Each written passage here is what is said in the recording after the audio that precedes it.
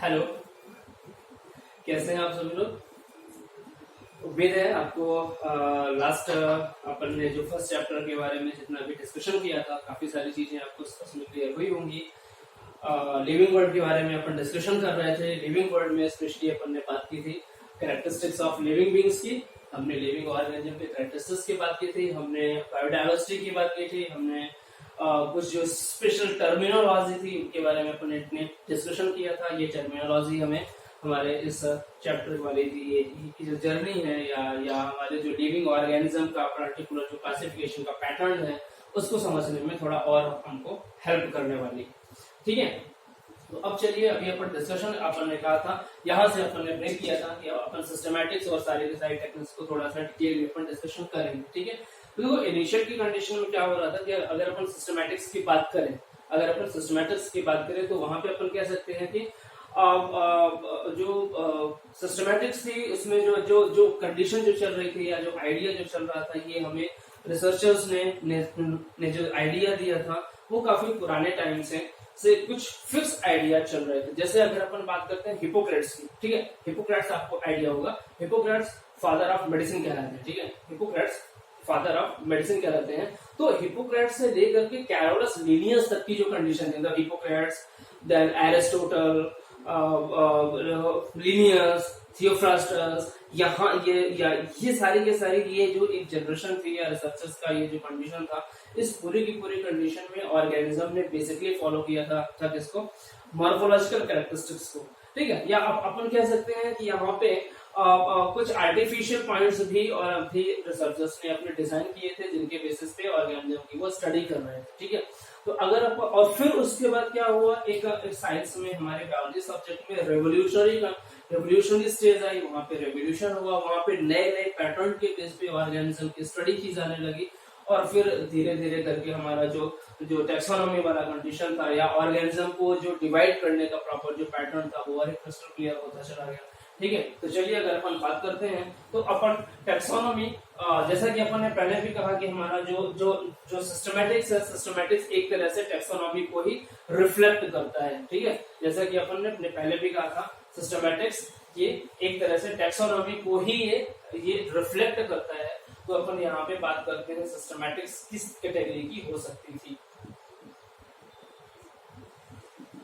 ठीक है, अपन यहाँ पे सिस्टमैटिक्स की चलो बात करते हैं। अपन ने बताया ये पैटर्न ऑफ टेक्सोनॉमी अपने को ये बताता है, या एक तरीके से आप कह सकते हो कि ये टेक्सोनॉमी को ये रिफ्लेक्ट करता है। अगर अपन इसको डिवाइड करना चाहें तो बेसिकली टू कैटेगरी में अपन इसको डिवाइड कर सकते हैं, क्लासिकल टेक्सोनॉमी और you can say classical systematics और new systematics, classical systematics and new systematics. ठीक है, ये कुछ बेसिक सी कैटेगरीज हैं जिनके बेसिस में अपन इसको डिवाइड कर सकते हैं। या अल्टीमेटली इसको आप ये चूंकि ये टेक्सोनॉमी को रिफ्लेक्ट करती है तो आप ये भी कह सकते हैं कि taxonomy can be categorised into category classical and new one. Okay, देखो ये जो क्लासिकल सिस्टमैटिक्स है ना, क्लासिकल सिस्टमैटिक्स में हमने जैसे बताया बेसिकली मॉर्फोलॉजिकल कैरेक्टरिस्टिक्स पे ये बेस्ड थी। क्लासिकली अगर अपन बात करें तो बेसिकली अपन यहाँ पे मॉर्फोलॉजिकल पैटर्न पे ही बेस्ड होकर के बस काम कर रहे थे। यहाँ पे अपन स्पेशली मॉर्फोलॉजिकल पैटर्न पे ही बेस्ड होकर के अपन सारा का सारा अपना काम कर रहे थे। बट ये जो न्यू सिस्टमैटिक्स का जो वे आया था, यहाँ पे काफी सारा अपने को चेंजेस देखने को मिला। यहाँ पे हमने जो डिस्कशन किया रिसर्चर्स ने वो मॉर्फोलॉजी के साथ साथ, मॉर्फोलॉजी का तो ऐड किया है, मॉर्फोलॉजी के साथ साथ बाकी सारे के सारे एस्पेक्ट्स likewise evolutionary pattern है ना, you can say जैसे phylogenetic, जिसको कि अपन ने अपनी टर्मिनोलॉजी में फाइलोजेनेटिक पैटर्न की अपन बात करते हैं। फाइलोजेनेटिक पैटर्न की स्टडी वहां पे उन्होंने की, वहां पे बिहेवियरल स्टडी की, साइकोलॉजिकल स्टडी की और यू कैन से साइटोलॉजिकल, ठीक है, यू कैन से बायोकेमिकल, ठीक है, यू कैन से जस्ट बायोकेमिकल स्टडी की भी बात हो रही थी। ठीक है, और एंड सो ऑन एक्सेट्रा अपन यहाँ पे लिख सकते हैं। ठीक है, डिफरेंट डिफरेंट एस्पेक्ट से ले करके या पॉइंट्स को ले करके रिसर्चर्स ने अपने को नए नए आइडियाज दिए या नई नई अपने पास कैटेगरी लेकर के आए, पॉइंट्स आउट लेकर के आए, जिनके बेसिस पे ऑर्गेनिज्म को अपन कैटेगराइज कर सकते थे। ठीक है, तो अगर एक सिंपल से वे में देखें तो हमने हमारी ये जो सिस्टमैटिक्स है, सिस्टमैटिक्स को अपन basically classical and new systematics में अपन डिफाइन कर सकते हैं। Classical systematics is basically based on the morphological characteristics, while the new systematics is based on the phylogenetic, behavioral study, cytological study, biochemical study. It's a numerical study, numerical taxonomical study along with morphological study. ठीक है, तो new systematics में old या classical pattern को follow करते हुए या classical pattern को ऐड करते हुए कुछ और नए पैटर्न वहां पे डिजाइन किए गए या बताए गए, और जिनके बेसिस पे ऑर्गेनिज्म को प्रॉपर्ली डिस्कस किया जा सका या ऑर्गेनिज्म को प्रॉपर्ली कैटेगराइज किया जा सका या ये डिस्कशन किया जा सका कि ऑर्गेनिज्म किस कैटेगरी में रखा जाना चाहिए। ठीक है, सिस्टमैटिक्स के बारे में अपन फिर से बात करते हैं। ये अपने को पैटर्न शो करता है, इट विल रिफ्लेक्ट और show the pattern of taxonomy, and basically it can be divided into two categories, the classical and new systematics. Classical systematics is basically based on the morphological characteristics, and the new systematic is basically based on some modern techniques or some modern points like phylogenetic study, then cytological study, then biochemical study, behavioral study, evolutionary study, and along with obviously morphological too. ठीक है, ये तो था बेटा systematics के बारे में। फिर अब इसके बाद अपन स्पेशली जंप चलो करते हैं टैक्सोनॉमी। टैक्सोनॉमी क्या हो सकती है? यस, टैक्सोनॉमी के बारे में अपन को थोड़ा सा डिटेल में आइडिया लेना है, ये काफी ज्यादा मजेदार पॉइंट्स है। टैक्सोनॉमी के बारे में चलो अपन अगर डिस्कशन करने के लिए जाए तो अभी थोड़ी देर पहले अपन ने लास्ट लेक्चर में अपन ने अभी भी और लास्ट के लेक्चर में भी अपन ने डिस्कशन किया था कि टैक्सोनॉमी स्पेशली अपने को क्या रिफ्लेक्ट करती है? Principles of classification. क्या रिफ्लेक्ट करती है? प्रिंसिपल्स ऑफ क्लासिफिकेशन, है ना। किस पर्टिकुलर पॉइंट को बेस मान करके या किस तरह से या फिर रूल्स को फॉलो करते हुए ऑर्गेनिजम्स को प्रॉपर्ली क्लासिफाई किया गया होगा, ये पॉइंट्स हमें रिवाइव होते हैं कहां पे? टैक्सोनॉमी में। टैक्सोनॉमी की यहाँ पे चलो अभी अपन बात कर रहे हैं, ठीक है। तो अब यहाँ पे अपन स्पेशली अगर अपन यहाँ पे जाएंगे ना तो अपने को कुछ प्रिंसिपल्स या कुछ पैटर्न देखने को मिलेंगे। अगेन अपन इसको क्लासिफाई कर देते हैं। Classical taxonomy, classical taxonomy and new, or you can say modern, ठीक है। classical taxonomy and or you can say modern taxonomy. Okay, let's see. Classical taxonomy, ये जो कंडीशन होती है ये डेफिनेटली ये स्टोरी वहीं से चली आ रही है फ्रॉम एरिस्टोटल और यू कैन से हिप्पोक्रेट्स से लेकर के लीवियस तक की। यहाँ तक की पूरी स्टडी में ना ये लोग बेस्ड हो रहे थे कहाँ पे? कुछ पुराने कुछ वही रूल्स के आधार पे या उसी तरीके से ये एक ही पैटर्न को फॉलो कर रहे थे। ये सारे के सारे रिसर्चर्स मॉर्फोलॉजिकल कंडीशन पे ये सारे के सारे बेस्ड थे। बट अपन ने जो मॉडर्न टैक्सोनॉमी देखी है, मॉडर्न टैक्सोनॉमी में हमें वो सारे के सारे एस्पेक्ट्स देखने को मिले जो कि आज तक जो कि फॉलो किए जा रहे हैं। फिर चाहे वो एवोल्यूशनरी हो, चाहे वो जेनेटिकल कंडीशन में हो, चाहे वो रिप्रोडक्शनल बेस में हो, चाहे वो एनाटॉमिकल स्टडी हो, फिजियोलॉजिकल स्टडी हो, बिहेवियरल स्टडी हो, जेनेटिकल स्टडी हो, न्यूक्लियर स्टडी हो, क्रोमोसोमल स्टडी हो, हर एक तरह के पैटर्न को यहाँ पे फॉलो किया गया था। ठीक है, तो आप कह सकते हैं एक तरीके से ये लगभग वही चीज यहाँ पे रिपीट हो रहा है जो कि सिस्टमैटिक्स में यहाँ पे अभी हमने रिपीट किया था। ठीक है, इसके अलावा कुछ स्पेशल तरीके की टैक्सोनॉमी को हम यहाँ पे आपके सामने रखना चाहेंगे। फॉर एग्जांपल जैसे देखो कुछ स्पेशल पैटर्न हम यहाँ पे आपको हम बता देते हैं या स्पेशल टैक्सोनॉमी के बारे में आपको हम डिस्कशन करते हैं। जैसे the first one is morphological. हम एक करके इनको थोड़ा सा पॉइंट आउट करते हैं, यहाँ से हटाते हैं, थोड़ा डिटेल में चलिए अपन बात करते हैं कि कौन सी टैक्सोनॉमी में अपन क्या स्टडी करते होंगे। द फर्स्ट वन इज, अगर अपन बात करें मॉर्फोलॉजिकल टैक्सोनॉमी, है ना। नाम से ही देखो कन्फर्म है, the taxonomy which is based on the morphological characteristics, है ना। यहाँ पे अपन लिख सकते हैं based on based on morphological characteristics, ठीक है, which is morphological characteristics, it is morphological taxonomy, it is based on morphological characteristics, ठीक है। अगर अपन सेकंड की बात करें, अपन बात करते हैं फाइलोजेनेटिक टैक्सोनॉमी।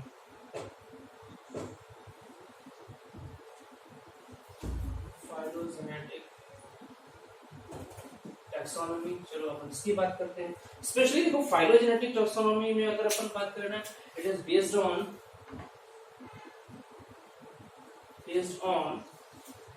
evolutionary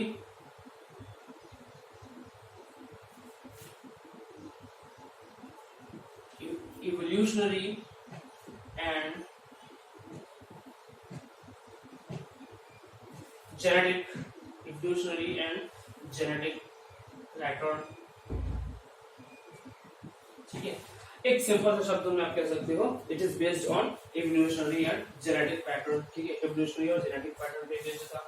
थर्ड अगर अपन बात कर सकते हैं साइटोटैक्सोनॉमी। चलिए साइटोटैक्सोनॉमी की अगर अपन बात करते हैं तो साइटोटैक्सोनॉमी में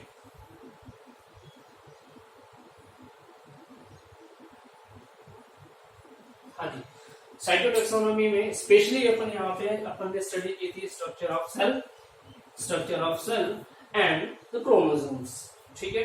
दिस इज बेस्ड ऑन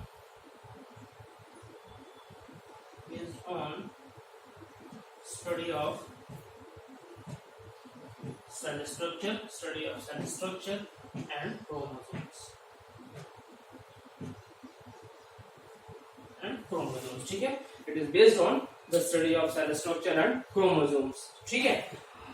फिर इसके बाद मॉर्फोलॉजिकल देखो, morphological based on the morphological characteristics, phylogenetic based on the evolutionary and genetic pattern, cytotaxonomy based on the cell structure and chromosomal pattern, ठीक है, और क्रोमोसोम पैटर्न,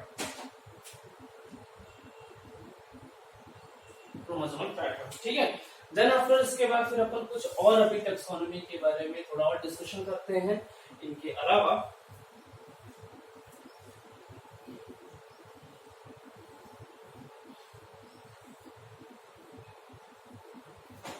कुछ taxonomy के pattern अभी अपने को स्पेशली और देखने को मिलेंगे। फॉर एग्जांपल अपन कह सकते हैं बायोकेमिकल टैक्सोनॉमी, ठीक है। चलो बायोकेमिकल टैक्सोनॉमी की बात करते हैं, ठीक है। Biochemical taxonomy specially based on the study of percentage correlations between biomolecules, ठीक है।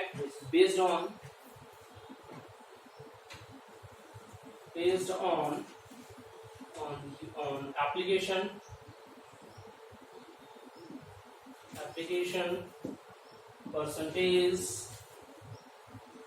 application and percentage of biomolecules, ठीक है। applications and percentage of biomolecules specially ये हमारा बेस्ड है। नेक्स्ट अपन बात कर सकते हैं बायोकेमिकल टैक्सोनॉमी के बाद अपन बात कर सकते हैं न्यूमेरिकल टैक्सोनॉमी की।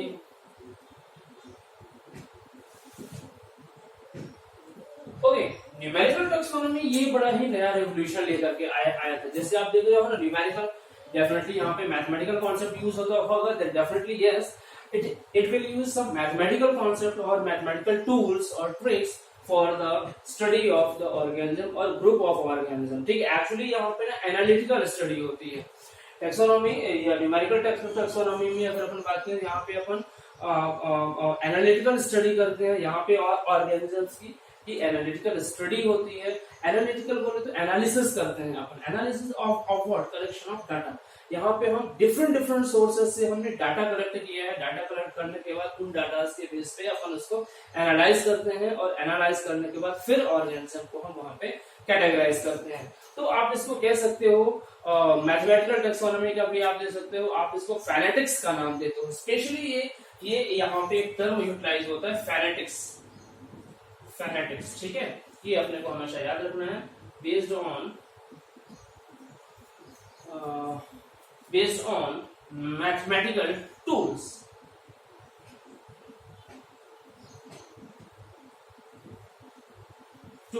Or you can say based on, okay, थोड़ा इसको अपन अपडेट करते हैं, कुछ इस तरीके से हो सकता है, based on analytical study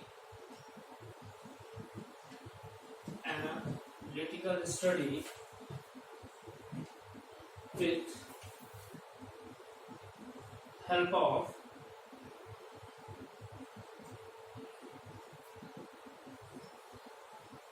mathematical tools, ठीक है, with the help of mathematical tools, ठीक। ये अपना फेनेटिक्स के बारे में बात होगी, ठीक है। ओके, एक और पॉइंट यहाँ पे आपको याद करना चाहूंगा, ये जो अपन ने जो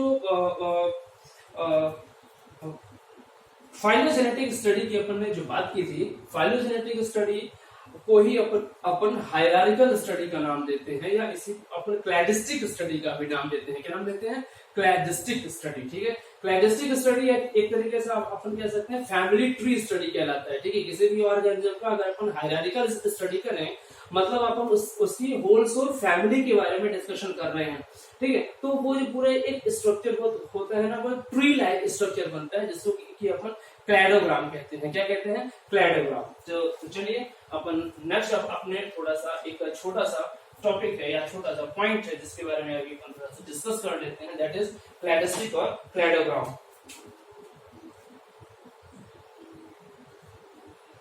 क्लैडोग्राम की अपन बात करते हैं, the structure that reveals family tree, ठीक है। अपन ने फैमिली ट्री के बारे में स्टडी की थी, और उसकी स्टडी के टाइम पे वो एक जो पूरा जो ग्राफिकल पैटर्न बना हुआ है वो हमें रिप्रेजेंट करता है, वो हमें जिस तरीके से फैमिली हिस्ट्री के बारे में हमें पूरा नॉलेज देता है, वो ग्राफिकल पैटर्न, वो हमारा क्लैडोग्राम कहलाता है, ठीक है। The graphical pattern of family history study, the graphical pattern of study of family history, ठीक है। और इस पूरी टेक्निक्स को अपन क्या नाम देते हैं? क्लैडिस्टिक। क्या नाम देते हैं? क्लैडिस्टिक, ठीक है। भूलिएगा नहीं इसको, क्लैडोग्राम एंड क्लैडिस्टिक्स को, ठीक है। ये कुछ बेसिक सी थी हमारी टेक्सोनॉमी के बारे में, डिफरेंट टाइप्स हो गए हमारी टेक्सोनॉमी के बारे में। देन आफ्टर इसके बाद अपन डिस्कशन करते हैं बेटा क्लासिफिकेशन की, ठीक है। क्लासिफिकेशन की अगर अपन बात करें,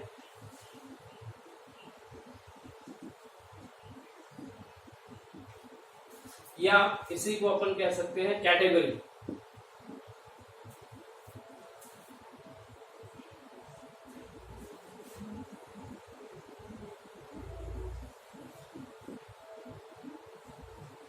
ठीक है। कैटेगरी की अगर अपन बात करें तो स्पेशली अपन यहाँ पे टैक्सोनॉमिक कैटेगरी की ही अपन बात करते हैं, ठीक है।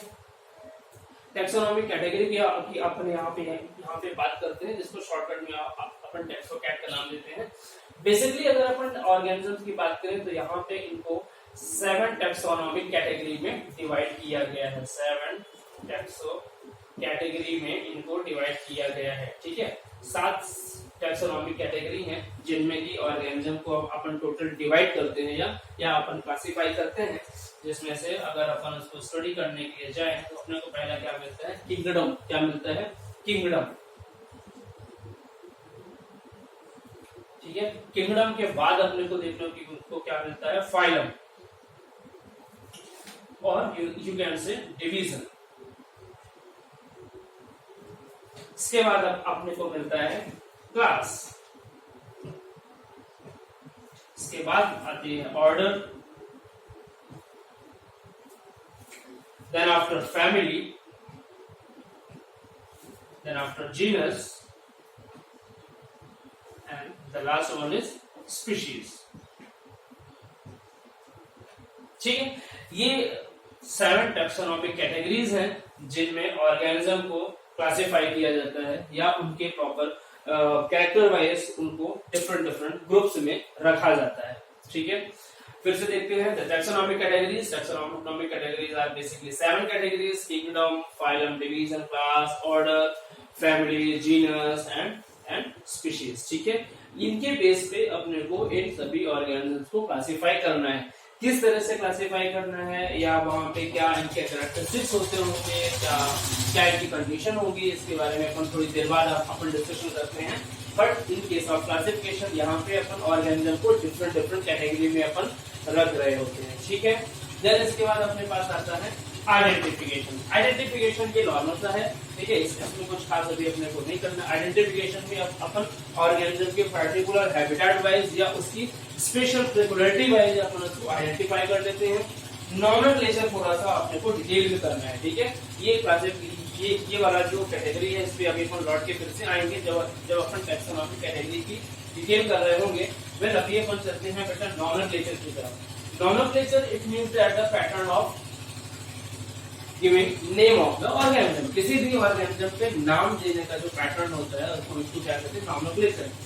बहुत ही नॉर्मल सी कंडीशन है। अगर अपन जनरल लैंग्वेज में अगर अपन बात करें तो जब भी कोई बेबी आता है अपने घर में, ठीक है, तो उसका क्या होता है, उसके नाम देने की प्रोसेस होती है, उसका नामकरण संस्कार होता है, दैट व्हाट इज कॉल्ड। उस ऑर्गेनिज्म का एक प्रॉपर नेमिंग किया जाता है कि ठीक है, इस दुनिया में ये इस नाम से ये जाना जाएगा, ठीक है, जो कि उसके लिए बहुत ज्यादा कंपल्सरी है। फॉर एग्जाम्पल सोचिए ना, अब अगर आपका कोई नाम नहीं हो, अगर आपका कोई नाम नहीं हो और आपको कोई आइडेंटिफाई करना चाहे तो कैसे आइडेंटिफाई करेगा? आपको कुछ पर्टिकुलर नाम ही नहीं है, नाम नहीं होगा तो बाकी इनिशिएशन जो आइडेंटिफिकेशन का जो फर्स्ट वे है वही खत्म हो जाएगा। आपको पर्टिकुलरली इंडिविजुअली आपको आइडेंटिफाई नहीं किया जा सकता, ठीक है। नॉमेनक्लेचर का जो इम्पोर्टेंस है वही है बेसिकली। तो अगर अपन देखें स्पेशली नॉमेनक्लेचर से रिलेटेड कुछ चीजें हैं जो कि पहले आप लोगों ने स्टडी करके रखी हुई। फॉर एग्जांपल नॉमेनक्लेचर सबसे पहले का आइडिया इसका ये किसका रहा होगा, तो सबसे पहले अपने को कौन था जिसने अपने को इसका आइडिया है। डेफिनेटली यहाँ पे अपन कैरोलस लिनियस की बात करते हैं, ठीक है। कैरोलस लिनियस भाई साहब थे जिनको कि कुछ बुक्स में कार्डमोन लिनियस का भी नाम दिया गया है। उन्होंने अपने इनके बुक थे सिस्टेमा नेचुरली। उस बुक में इन्होंने नॉमेनक्लेचर कैसे किया जाना चाहिए किसी भी ऑर्गेनिज्म का, इससे रिलेटेड पूरा का पूरा डिटेल दे करके रखा है। कुछ पर्टिकुलर पॉइंट्स उन्होंने वहां से रिवर किए थे, अपने को बताए थे, जिनके बेसिस पे आज भी नॉमेनक्लेचर के प्रोसेस को फॉलो कराया जाता है। इंपॉर्टेंस हमने आपको बताया। अब देखो एक इसका जनरल इंपॉर्टेंस देखते हैं। नॉमेनक्लेचर में अपन स्पेशली यहाँ पे बात करते हैं और ऑर्गेनिज्म के साइंटिफिक नेमिंग की, ठीक है। अपन यहाँ पे क्या डिस्कस करना चाह रहे हैं, ऑर्गेनिज्म के साइंटिफिक नेमिंग की। साइंटिफिक नेमिंग बोले तो ठीक है, एक ऐसा पर्टिकुलर उसका नाम होना चाहिए जो कि वर्ल्ड वाइड यूटिलाइज होता हो, मतलब कि वो नाम हर जगह अपन यूज कर सके। फॉर एग्जाम्पल चलिए अगर अपन बात करते हैं मैंगो की, आम की, हो सकता है आपके जनरल लैंग्वेज में, आपके रीजनल लैंग्वेज में उसका कुछ और नाम हो सकता है। रीजन बाय रीजन चूंकि लैंग्वेज चेंज होती रहती है, ना, तो अब ये जो रीजन बाय रीजन ये जो लैंग्वेज जो चेंज हो रही है, वहां पे नाम तो आखिरकार वहां पे भी है। तो उस तरीके के नेमिंग के पैटर्न को अपन क्या बोलते हैं, यूनिनेमियल पैटर्न। क्या बोलते हैं, यूनिनेमियल